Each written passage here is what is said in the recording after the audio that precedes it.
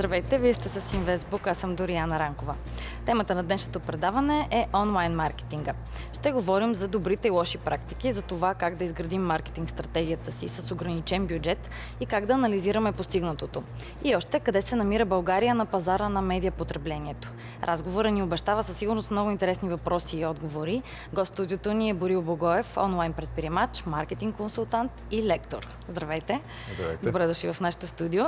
С цялата палитра от титли, с които ви описах, трябва директно да почнем с практическите съвети. Нека да започнем с това какви са ефективните начини да правим онлайн маркетинг и кои са инструментите. Изобщо има ли някаква рецепта?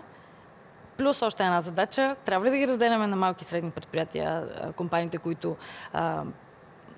използват онлайн маркетинг, и на големи предприятия съответно?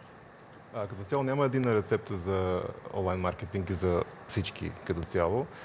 По принцип, онлайн маркетинг като канал и като инструмент е много ефективен и по-ефективен от стандартните методи за маркетиране. А иначе разделянето на малки и големи и средни е само условно и зависи горе-долу от техния бюджет и аудиторията, с която разполагат и която искаме да достигнем. Така че всъщност при по-малките и средни бизнеси, обикновено там се характеризира с липсата на голям бюджет и тогава трябва да се използват канали за маркетиране, които позволяват именно това. По-голям ефект, с по-малко средства инвестирани, докато при големите фирми те евентуално разполагат с бюджет и тогава те могат да решат какъв канал да използват. А като стратегии, лично специално за малки и средни фирми, аз лично бих предпоръчал 3 основни инструмента, които съм нарекал така: партньорски маркетинг, социалните мрежи и имейл маркетинг. Това са 3-те канала, които са с най-малки инвестиции, могат да се постигнат най-добри резултати, ако се правят добре. Сигурно започнахте с определението, че това е маркетинга, който е по-добрия онлайн именно. Как ще защитите тази теза? Сравнително направо много лесно мога да защитя, защото онлайн маркетинга не може да каже, че е единственият канал, който трябва да използваме, но като цяло той се характеризира с няколко много важни неща. Първо, че той позволява много точна измеримост на резултатите на нашите усилия и какво постигаме с тях. Второ, той позволява много добра адаптируемост и промяна на нашата стратегия в зависимост от тези резултати, т.е. да оптимизираме ефекта. И трето, като цяло той е по-евтин, ако го използваме добре като инструмент. Обособихте начините, по които малките и средни предприятия, да кажем, могат да насочат своите средства. Ако наистина бюджетът ни е доста ограничен, това равносилно ли е на падане на предлаганата услуга или т.е. и как се привличат вече таргет групите?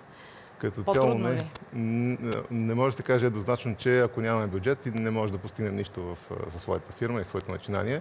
Има много примери за кампании и инициативи с минимален, дори никакъв бюджет, които постигат феноменален резултат, в зависимост от подхода на хората. Да, в много случаи, всъщност в повечето случаи се получава така, че резултатите пристигат по-бавно, налага се, тъй като нямаме пари, да влагаме повече време и усилия. Трябва да имаме по-добре изградена стратегия и да използваме инструменти, които са ни в рамките на бюджета, минимален или никакъв, който имаме.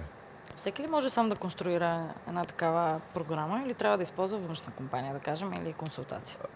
Като цяло, интернет маркетингът е нещо, което е достъпно като информация. В интернет е пълно с информация по тази тема. Има и платени безплатни обучения.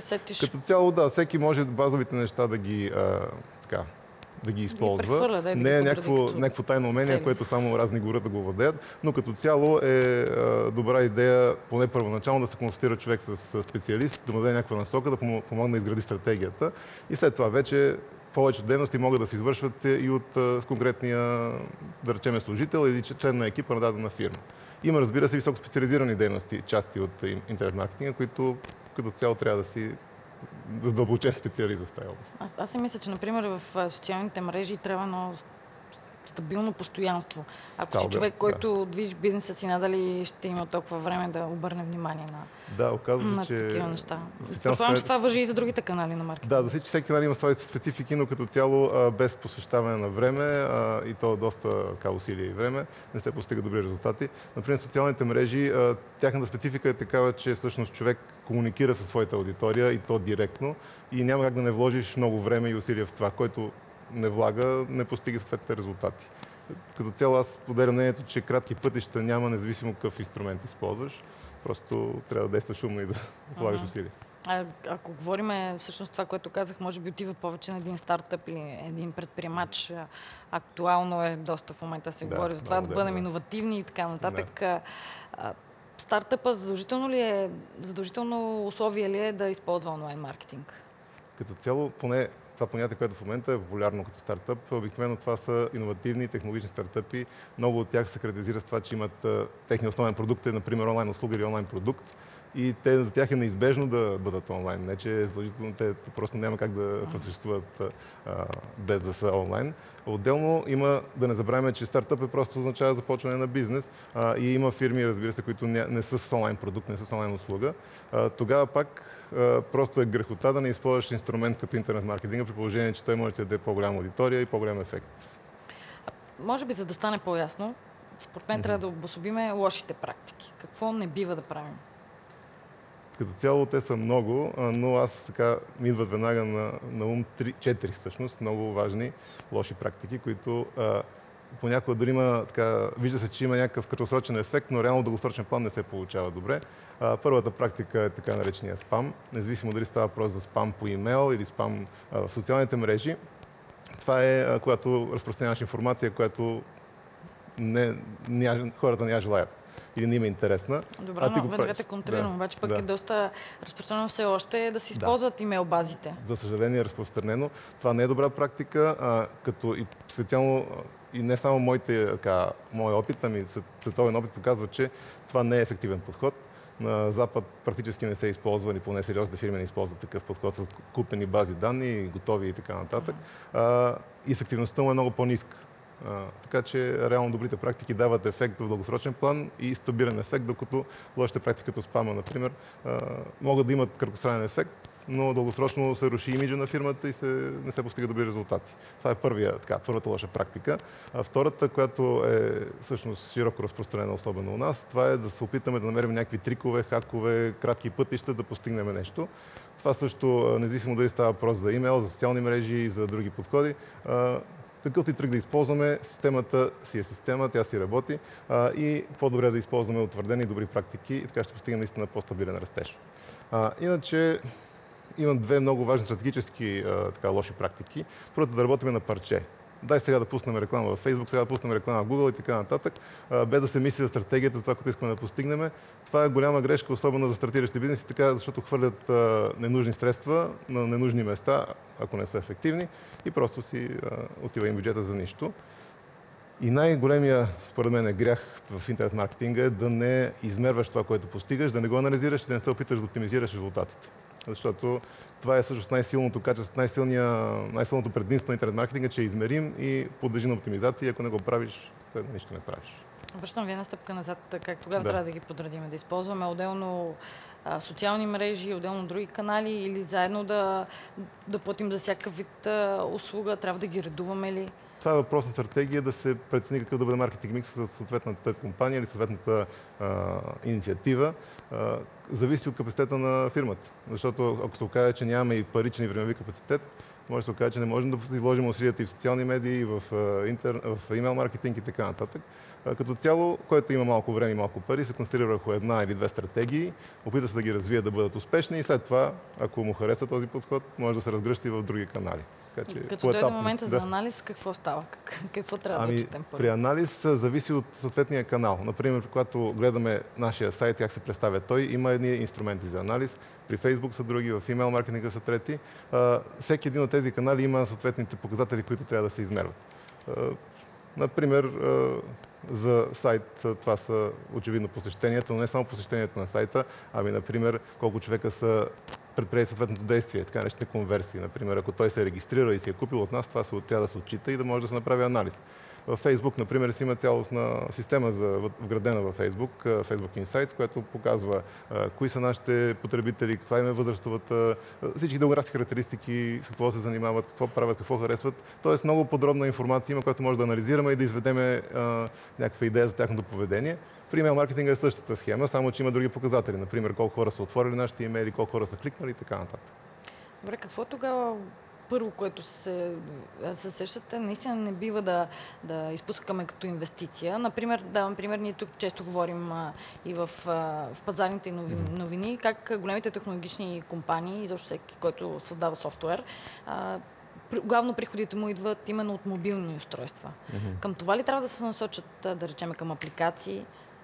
Не може да се каже еднозначно, но със сигурност мобилния маркетинг, мобилния канал трябва да се вземе предвид и то сега, на този етап, тъй като според всички тенденции потреблението на мобилни устройства, независимо дали с таблети и мобилни телефони, нараства и то главоломно. И все по-често в бъдеще ще бъдат използвани за покупки, за комуникация, за контрол и управление на проекти, за всякакви дейности. Реално почти за всички дейности, които правим сега на компютър, почти всички ще могат да се изпълняват или в момента могат да се изпълняват на мобилно устройство. Така че при всички положения нашите канали, сайт, имейл кампании и всякакви други наши инструменти за маркетинг трябва да бъдат съобразени и адаптирани към такъв канал. Да бъдат добре видими на мобилни устройства. Мислите ли, че това е бъдещето именно, защото... За сега натам върват нещата. По-големите компании вече се вижда, че всеки иска да създаде нещо, което може наистина да види нон-стоп човек на телефона си или на таблета си, няма значение. Поне за близко бъдеще това е тенденцията, сериозната тенденция. Даже не е задължително всеки да прави мобилно приложение за съответните смартфони. По-скоро да са адаптирани визията на съответните сайтове, кампании, да бъдат направени така, че да се видими добре и лесно на мобилни устройства. А дали ще правят апликации, това вече си решават, зависимост от съответната маркетингова нужда на фирмата. Ако трябва да сложим България на картата на медиа потреблението, къде сме ние? Аз съм си извадил малко интересни данни от едно проучване на Interactive Advertising Bureau. Интересно, че България като потребление на медии, интернет е много начални позиции. Реално, според това проучване, 98% от хората гледат телевизия, което е съвсем логично. Но се оказа, че 48% от тях са онлайн. Докато вестници четат 52% и радио слушат 49%. Тоест онлайн се изравнило вече с радиото и с вестниците, докато има значителен спад на ползването на списания, което е само някъде 26%. Така че това означава, че интернет напредва с бързи стъпки. Така че имаше преди изследвания, аз си спомням, че много голяма част от българското население няма достъп до интернет. Това просто и тук регионалното разпределение е чисто логична е тая статистика според мен. Да, то трябва да се разгледа и зависимо дали е София, градове извън София и така нататък. Като цяло е ниско в България. Като цяло е ниско, не е като например в някои западни държави, където е 90% потреблението на интернет или по-скоро достъпността на интернет. Услугата е ефтина като цяло, в сравнение с други държави, доста по-достъпна. Да, по-достъпен е, по-ефтин е, дори се оказа, че е по-бърз като скорост на интернет в България. Но наистина на някои места все още няма достатъчно добър достъп, но поне в София и големите градове е много добре разпространено. Иначе като ползваемост, като брой часове, се оказва, че ползването на интернет е почти изравнено с телевизията. На седмица 23 часа хората гледат телевизия, поне според това проучване, а 16 часа ползват интернет, което така доста се доближава и е доста повече от радио, което е 11 часа и списания и вестници по 3-4 часа на седмица. Така че напредва интернета с бързи стъпки. Ако трябва да вкараме тук пък малко народопсихология и възприятията на българина към онлайн маркетинга, трябва ли да се водим от някакви стереотипи, леко остарели, може би? Предвид и този ръст, който посочихме. Те дори не са остарели. Даже задължително се съобразяваме с народопсихологията, тъй като всеки пазар, всяка държава си има съответните особености. И ако не се съобразим с тях, просто се получават или смешни ситуации в най-добрия случай, или просто нашата кампания пропада, нашия продукт не успява на пазара и така нататък. Така че при нас много е характерно, например, това, че сме малко по-недоверчиви, особено като трябва да плащаме онлайн. Винаги търсим да направим сравнение, кое е по-добро. Много често, почти в 100% случаите търсим да намерим нещо по-евтино, което е, защото това не е винаги задължително за други пазари. Така че, също така и четвърто нещо, което в момента се сещаме, че обикновено искаме да го пипнем. Не е много популярно в момента у нас да се купуват нематериални продукти, като електронни книги, онлайн обучения и други подобни, макар че се стремиме да ги популяризираме, но като цяло трябва да е материал, нещо да го пипнеш, да си го видиш, да го пробваш и тогава да си го купиш. Онлайн разплащанията не станаха ли вече някаква практика и у нас? Или все още има някакъв страх? Те като цяло са практика, обаче много, в сравнение с другите страни, са доста така слаби като практика. Само като две статистически така, данни. В сравнение с Европа, през последните 6 месеца един онлайн потребител в България е направил 9 покупки, в Европа 13. Не е кой знае каква разликата. Обаче, като суми, които са похарчени, в България сумата е 117 евро, в Европа 544 евро. Тоест няколко пъти за повече пари пазаруват европейците, макар че правят подобен брой покупки. Като трудности пред онлайн разплащането, първо в България, като че ли най-популярно в момента онлайн разплащането, доставка с куриер, което не е онлайн разплащане реално, но е най-популярно. Идва куриера, плащаш му, а в междувременно си поръча онлайн магазина своята стока и си готов. Докато се пречупи страха от... Да, искаш да си видиш куриера, да видиш стоката и да си му дадеш парите кеш. Докато при самите чисти онлайн разплащания, разбира се, това се практикува, не е особен проблем, но понякога има и технологични проблеми при интеграцията между комуникация с банки, комуникация с оператори на плащания и така нататък. Че го има този проблем. Има го и той е много значим, защото ако ти си голямо... Няма всеки достъп до кредитна карта, някои сайта изискват само кредитна технологично, за самия сайт да обработва плащания, има множество инструменти, но се оказа, че на българския пазар, особено ако нямаш бюджет да наемеш екип програмисти или фирма, която ти разработи интеграционния софтуер и така нататък, ако имаш малък бюджет, се налага да използваш готови инструменти. А пък много от тези готови инструменти са съобразени с чуждестранния, в общ случай американския пазар. И се оказа, че за да направиш една интегрирана система, от която правиш заявки, поръчки, плащания, доставка, се оказа малко сложно да се реализира това. И много хора прибягват до системата с куриера, защото е най-лесна и най-добре върши работа за сега. Когато съставяме плана, идеята си за онлайн маркетинг, използва ли се именно разплащането като централна идея или не толкова? В цялата да стратегия... изтъкнем, че им предлагаме всякакъв вид разплащане. Да това е важен. Всъщност, едно от най-важните неща е, когато човек иска да купи от нас, да не го затрудняваме по никакъв начин. И колкото повече начини за разплащане поддържа нашия сайт, толкова по-добре, тъй като толкова по-лесно той да пазарува. Така че това реално не е чак маркетингова стратегия, по-скоро подход и трябва да бъде сложено в архитектурата на самия ни сайт, на самата ни система за бизнес. Иначе маркетинговите ни усилия по-скоро трябва да се съобщим да намерим хора, които се интересуват от нашия продукт и услуга и да ги доведем до ситуация, в която искат да си купят от нас и да ги улесним да си купят. Добре, видеорекламата разпространена ли? Ако трябва да минем по-към нещо, нали? Рекламно, маркетинг насочено. Използва ли се достатъчно? Видео онлайн или видео като цяло? Онлайн. Не само, че е разпространена, България сега набира скорост, докато в световен мащаб това си е един вид стандарт.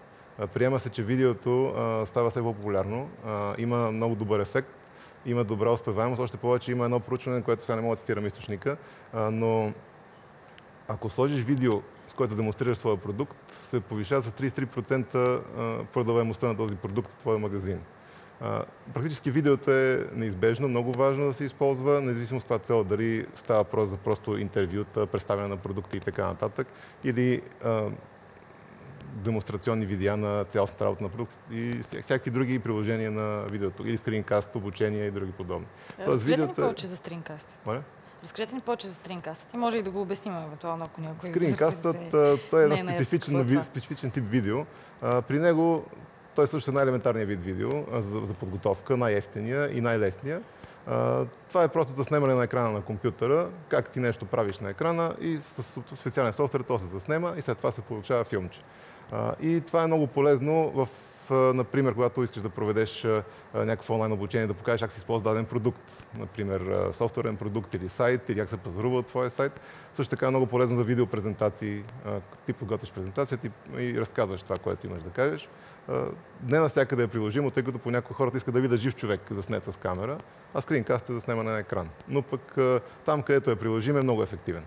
Може ли видеото, например, аз ще дам пример от моето лично наблюдение, когато съм в някой сайт и видеото покрие целият текст, който чета, да кажем, и това нещо почвам да търся някакъв хикс по цялата картина и така нататък. Мислите ли, че видеото може да премине в нишата, в която в момента е имейл маркетингът? Нещо, което е досадно на клиента, примерно. То е досадно, ако се натрапва точно когато човек няма контрол да го спре, например. Мисля, всякакви трикове да се скрият хиксовете и така нататък. Ескейпа на работи. Това е от типа практики, които спадат към недобрите практики. Нашата цел, ако искаме да правим добър маркетинг, целта ни е хората да се чувстват комфортно и да ги зарибяваме в кавички с добри неща, а не с някакви трикове и буквално трикове и похвати, които да ги прекараме един вид. Но видеото има недостатъка, че изисква от твоето реално време. Понякога е по-лесно да прочетем някакъв текст, да го прегледаме, да го сканираме, отколкото да изчакаме 1, 2, 3, 5 минути да гледаме видео. Така че много балансирано трябва да се използва. Хората в интернет обикновено нямат търпение, нямат и време и не може да си позволяваме да слагаме видеа от 10 минути, 15, 20, 30 минути, но филмчета от типа на 1, 2, 3 минути действат много добре, а напоследък е и много модерно и ефективно кратките няколко секундни видеа, които се оказва, че сега имат бележ много добър успех. Ако искаме да се обучим на онлайн, така да се каже, на онлайн маркетинга, какви онлайн обучения има? Ако нямаш време, просто искаш да имаш някаква основа на знания. Има буквално за всичко. За всичко буквално има обучение онлайн, защото онлайн маркетинга, това му е хубавото, че човек може да се обучава по него онлайн. Тъй като имам неща, например медицина, не можеш изцяло онлайн да овладееш медицината. Възприема ли се това обучение онлайн? Специално за обучение по интернет маркетинг и бизнес се възприема много добре, защото просто това е идеалната среда, онлайн е идеалната среда за онлайн обучение. На световния пазар, така да се каже, особено на американски, има стотици, може би хиляди курсове, обучения, сайтове, блогове, които покриват всички възможни теми в областта на интернет маркетинга. На нашия пазар не са чак толкова много, всъщност са единици. Така че зависи от човека. Ако ползва свободно английски, на негово разположение е целият свят. Ако ползва само български, изборът е доста по-ограничен. Но и все пак търсене има ли? Макар че изборът е по-ограничен. Има търсене, но както казах, има и леко недоверие към нещо, което не е материално. И за сега само най-прогресивните и най-смелите се купуват онлайн обучение. Как ще се развива тази сфера според вас в България през тази година и изобщо на световно ниво? И това може да се фаща финални думи всъщност. Интернет маркетинга ли? Да. Мисля, че може да върви само нагоре. Това го показват тенденциите и България се движи с известно закъснение спрямо световните тенденции, но като цяло за мен трендът е само нагоре. Благодаря ви много за това участие. Да. За финал един материал, който си заслужава да видите. Главни изпълнителни директори говорят пред камерата на Bloomberg. Кои са най-ценните качества на един лидер? Доверие в отношението към хората и към цифрите, реалността. Добър слушател. Да, слуша. Екипа, колегите, хората на пазара, клиентите, доставчиците. Те имат много да кажат. Повечето най-добри идеи няма да дойдат сами при вас, а от други хора. Умение за работа с хора. Това е способността да ги усещаш, да наемаш хора, които са различни от теб. Да слушаш и да учиш преди да ръководиш. Да си лично отговорен и да признаваш, че носиш отговорност за живота на хората около теб. Те зависят от теб, ти си избран да носиш отговорност и за това не можеш да ги забравиш. Слушането е най-важното умение. Да умее да общува и вероятно още по-важна е вербалната комуникация. Ако не можеш да правиш това, е трудно да работиш с хората, повярвайте ми. Да разбира какви са реалните нужди на клиента, да слуша повече и да говори по-малко. Това е всичко от нас за днес. Ако има теми, които искате да видите в предаването, пишете ни на имейла, който виждате изписан на екрана. Благодарим ви, че бяхте с нас. Останете с телевизия и радио България ОНЕР.